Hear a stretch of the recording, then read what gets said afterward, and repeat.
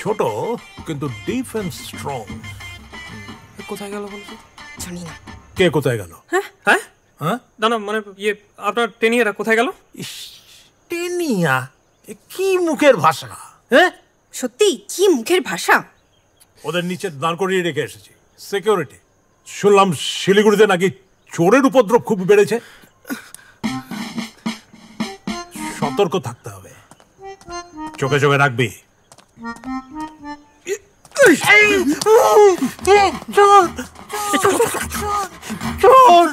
Good morning মেসোমশাই। Good morning. এই তুমি তুমি ওই সাক্ষীটা না, ওই সাক্ষী গোপাল? হ্যাঁ ও তো আমার বন্ধু।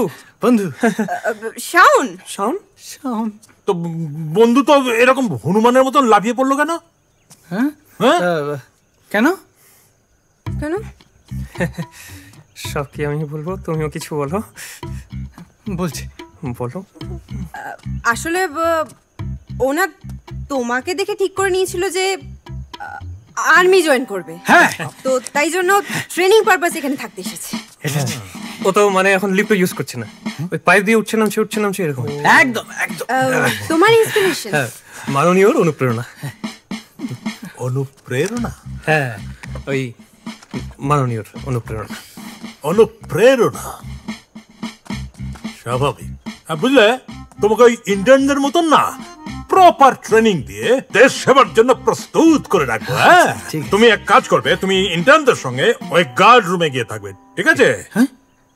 ডিসিপ্লিনটা গ্রাউন্ড লেভেল থেকে হওয়া উচিত। হ্যাঁ